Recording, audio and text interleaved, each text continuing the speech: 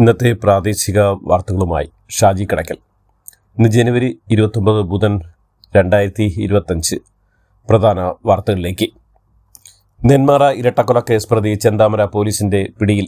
പോലീസും നാട്ടുകാരും ചേർന്ന് ഇന്നലെ രാത്രി ഏറെ നേരം പോത്തുണ്ടി മട്ടായി മേഖലയിൽ നടത്തിയ തെരച്ചിൽ അവസാനിപ്പിച്ച് മടങ്ങിയ ശേഷമാണ് ചെന്താമര പിടിയിലായത്.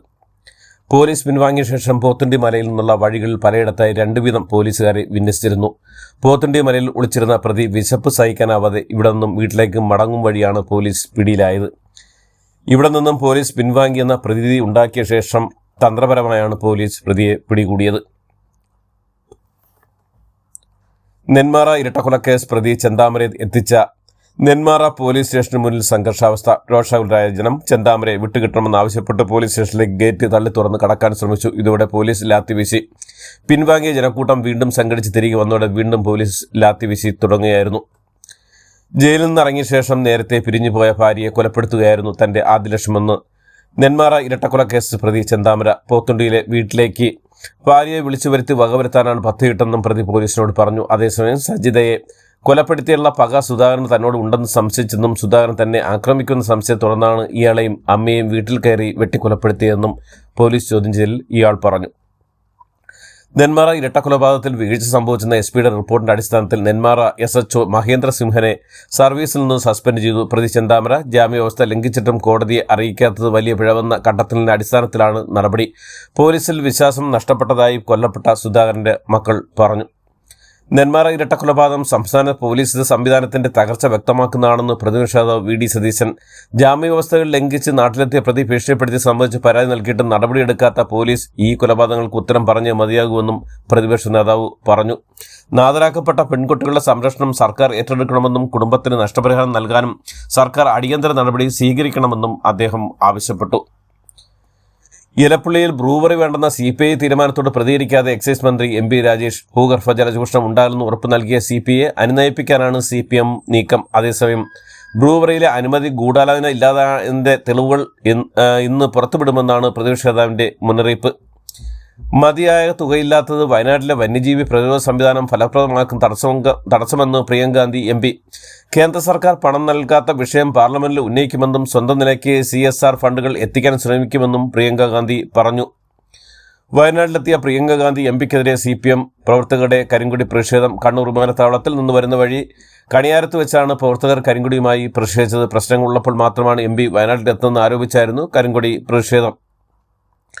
വയനാട്ടിൽ വന്യജീവി ആക്രമണമടക്കമുള്ള ഏത് വിഷയം ഉയർന്നാലും CPMന്റെ ആക്രോശങ്ങൾ ആദ്യം വരുന്നത് പ്രിയങ്ക ഗാന്ധിക്കെതിരെയാണെന്ന് VT ബൽറാം. സംസ്ഥാന ഭരണകൂടത്തിൽ ഒരു മന്ത്രിയടക്കം ആ ജില്ലയിൽ നിന്നുണ്ട്. എന്നാൽ MP എവിടെ എന്ന് CPMമാർ പതിവായി വെല്ലുവിളിക്കും. MP സംഭവ സ്ഥലത്ത് വന്നാൽ അവരെ റോഡ് സൈഡിൽ നിന്ന് കരിങ്കൊടി കാണിക്കും. ഉളുപ്പില്ലായ്മയും രാഷ്ട്രീയ ഉള്ളടക്കമില്ലായ്മയാണ് ഇന്നത്തെ കാലത്തെ CPMമാരുടെ മുഖമുദ്രയെന്നും അദ്ദേഹം പറഞ്ഞു. കേരളം കയറ്റുമതി പ്രോത്സാഹന നയം 2025 മന്ത്രിസഭാ യോഗം അംഗീകരിച്ചു. ഇന്നലെ ചേർന്ന മന്ത്രിസഭാ യോഗമാണ് കേരള കയറ്റുമതി പ്രോത്സാഹനത്തിന് അംഗീകാരം നൽകിയത്. ലൈംഗിക പീഡന പരാതി തുടർന്ന് മുൻ DYFI നേതാവും അധ്യാപകനുമായ സുജിത് കൊടക്കാട് നീണ്ട നിർബന്ധ അവധിയിൽ പ്രവേശിച്ചു. നിർബന്ധ ദീർഘകാല അവധിയിൽ പോകാൻ Udinur central AUP school management നിർദ്ദേശിക്കുകയായിരുന്നു. സുജിത് കൊടക്കാടിനോട് വിശദീകരണം തേടാൻ സ്കൂൾ മാനേജ്മെന്റ് കമ്മിറ്റി തീരുമാനിച്ചിട്ടുണ്ട്. കേരളത്തിലെ മുന്നോക്ക സമുദായങ്ങളെ സാമ്പത്തികമായി പിന്നോക്കം നിൽക്കുന്ന കുടുംബങ്ങളിൽ നിന്ന് 2024 ജനുവരി 1 ഡിസംബർ 30 ഇടയിൽ വിവാഹിതരായ പെൺകുട്ടികളുടെ മാതാപിതാക്കൾക്ക് വിവാഹ ധനസഹായം അനുവദിക്കുന്ന മംഗല്യ സമുന്നതി പദ്ധതിയിലേക്ക് അപേക്ഷ ക്ഷണിച്ചു. 1 ലക്ഷം രൂപ വരെ കുടുംബ വാർഷിക വരുമാനമുള്ള മുൻഗണന AAY വിഭാഗങ്ങൾ ഉൾപ്പെടുന്നവർക്ക് അപേക്ഷിക്കാം. പാതയോരത്തെ ബോർഡുകൾ നീക്കം ചെയ്തതിന്റെ പേരിൽ കണ്ണൂർ പിണറായി ഗ്രാമപഞ്ചായത്ത് ജീവനക്കാർക്ക് CPI നേതാക്കളുടെ ഭീഷണി. കുടിവെള്ളത്തിൽ BJP വിഷം കലക്കുന്ന പ്രസ്താവന ദില്ലി മുൻ മുഖ്യമന്ത്രിയും AAP ദേശീയ കൺവീനറുമായ അരവിന്ദ് കെജ്രിവാളിനെതിരെ BJP തെരഞ്ഞെടുപ്പ് കമ്മീഷന് പരാതി നൽകി. ഭക്തരായ 2 പെൺകുട്ടികളെ പീഡിപ്പിച്ച സംഭവത്തിൽ ശിക്ഷയിൽ കഴിഞ്ഞിരുന്ന ദേര സച്ച സൗദ തലവൻ ഗുർമീത് റഹീം സിംഗിന് ഇന്നലെ പരോൾ അനുവദിച്ചു. 30 ദിവസത്തെ പരോളാണ് ലഭിച്ചത്. ദില്ലി മുഖ്യമന്ത്രി അതീഷി മർലനെതിരായ BJP നൽകിയ അപകീർത്തി കേസ് ദില്ലി കോടതി തള്ളി. ഉത്തർപ്രദേശിലെ പ്രയാഗ്രാജിൽ മഹാകുംഭമേളയോടനുബന്ധിച്ച് നടക്കുന്ന ബൃഹത് തീർത്ഥാടന സംഗമത്തിൽ 15 കോടിയോളം പേർ ത്രിവേണി സംഗമത്തിൽ സ്നാനം ചെയ്തതായി റിപ്പോർട്ടുകൾ. ബോളിവുഡ് താരം സെയ്ഫ് അലി ഖാനെ കുത്തിയ കേസിൽ അറസ്റ്റായിരിക്കുന്ന മുഹമ്മദ് ഷെരീഫുൽ ഇസ്ലാമിന്റെ നിരവധി തെളിവുണ്ടെന്ന് പോലീസ്. സെയ്ഫ് അലി ഖാന്റെ വീട്ടിൽ നിന്ന് ലഭിച്ച വിരലടയാളങ്ങൾ ഷെരീഫിന്റേതുമായി സാമ്യമില്ലെന്ന റിപ്പോർട്ട് പുറത്തുവന്നതിന് പിന്നാലെയാണ് പോലീസ് ഇക്കാര്യം അറിയിച്ചത്. ഡൽഹി മുൻ മുഖ്യമന്ത്രി അരവിന്ദ് കെജ്രിവാളിനെതിരെ രൂക്ഷമായി വിമർശിച്ച പ്രതിപക്ഷ നേതാവ് രാഹുൽ ഗാന്ധി കെജ്രിവാളിനെ മദ്യ അഴിമതിയുടെ സൂത്രധാരെന്ന് വിശേഷിപ്പിച്ച രാഹുൽ ഗാന്ധി കെജ്രിവാൾ ചില്ല് കൊട്ടാരത്തിലാണ് താമസിക്കുന്നതെന്നും പരിഹസിച്ചു. അനധികൃത കുടിയേറ്റത്തെ അനുകൂലിച്ച് കോൺഗ്രസ് മുതിർന്ന നേതാവും രാഹുൽ ഗാന്ധിയുടെ അടുത്ത അനുയായിയുമായ സാം പിത്രോദ ഡൽഹി തെരഞ്ഞെടുപ്പ് ദിവസങ്ങൾക്ക് മുമ്പാണ് പിത്രോദയുടെ വിവാദ പരാമർശം.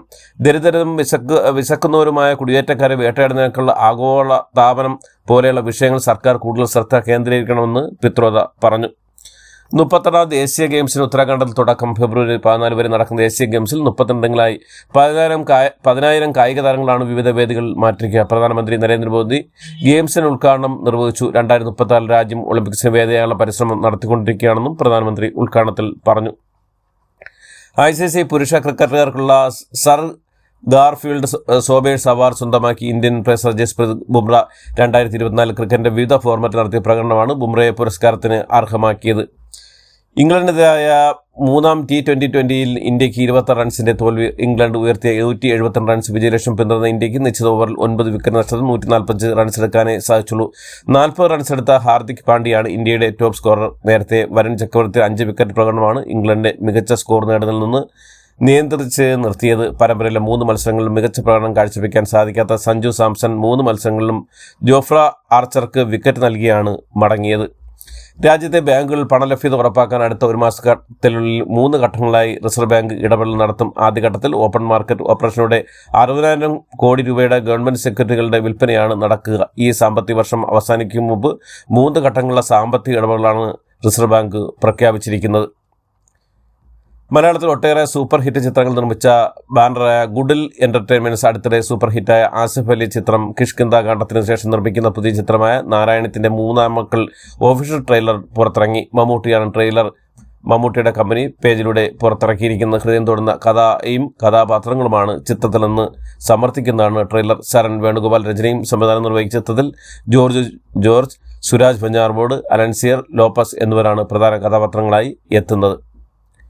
വിനീത് ശ്രീനിവാസൻ, നിഖിൽ വിമൽ എന്നിവരെ പ്രധാന കഥാപാത്രങ്ങളാക്കി M. മോഹൻ സംവിധാനം ചെയ്ത ഒരു ജാതി ഒരു ജാതകം എന്ന ചിത്രത്തിന്റെ ട്രെയിലറും പുറത്തിറങ്ങി. ഇതോടുകൂടി ഇന്നത്തെ വാർത്തകൾ അവസാനിക്കുന്നു. എല്ലാവർക്കും നന്ദി, നമസ്കാരം.